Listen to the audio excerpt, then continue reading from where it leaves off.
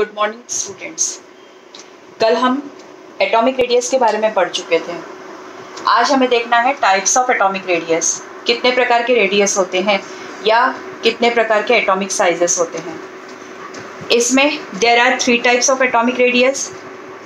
First one is covalent radius, van der Waals radius and metallic radius. In this video, we will discuss about covalent radius. Now, what do you mean by covalent radius? अब covalent radius, which is related with the covalent bond, जो covalent bond से ही relate करेगा। तो सबसे पहले covalent bond बनाते कैसे हैं या बनता कैसे है?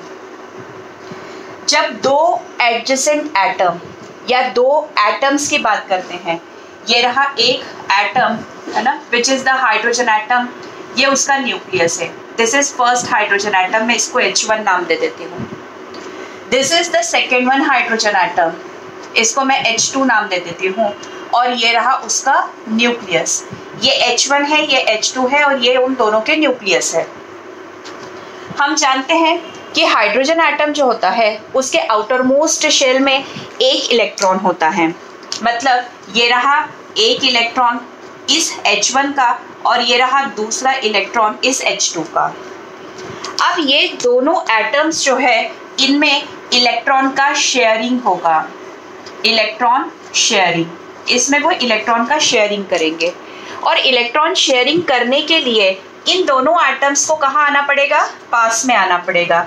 तो ये रहा हमारा एक एटम, ये रहा हमारा दूसरा एटम, और जब ये शेयरिंग करेंगे तो ये रहे इन दोनों के इलेक्ट्रॉन्स जो कि इन दोनों के बीच में कॉमन हो जाएंगे। ये शेयरिंग ऑफ इलेक्ट्रॉन हुआ और इनका इतना पार्ट जो आपको दिखाई दे रहा है वो क्या हो गया? ओवरलैप हो गया। तो इसको हम नाम देते हैं दैट इज ओवरलैपिंग, इसे हम ओवरलैपिंग नाम देते हैं। और ओवरलैपिंग के कारण दोनों एटम्स जो है they get converted into a molecule. वो किस में कन्वर्ट हो गए? एक मॉलिक्यूल में कन्वर्ट हो गए। The distance between these two nuclei is called as the bond length. इन दोनों न्यूक्लियाई के बीच का ये जो डिस्टेंस आपको दिखाई दे रहा है, जो यहाँ से यहाँ तक मेंशन हो रहा है, इसको हम नाम देते हैं बॉन्ड लेंथ। इसे बॉन्ड लेंथ कहा जाता है। This is bond length.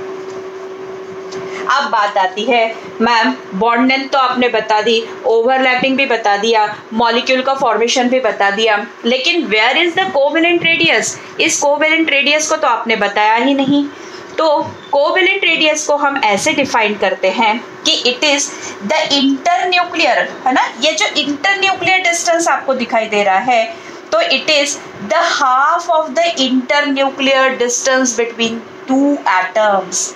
ये जो दो एटम्स आपको दिखाई दे रहे हैं, इन दोनों के बीच का ये जो इंटरन्यूक्लियर डिस्टेंस आपको दिखाई दे रहा है, इसका जो हाफ होता है, मतलब चाहो तो ये वाला हाफ या चाहो तो ये वाला half, is called as the covalent radius. इसको हम नाम देते हैं कोवेलेंट रेडियस। ठीक, तो कोवेलेंट रेडियस हम क्या कह सकते हैं कि covalent radius is equal to half of the internuclear distance, या इट इज, है ना, इंटरन्यूक्लियर डिस्टेंस ऑफ, या हम इसको कह सकते हैं it is the half of bond length, it is the half of bond length. ठीक, so this is all about the covalent radius. Thank you.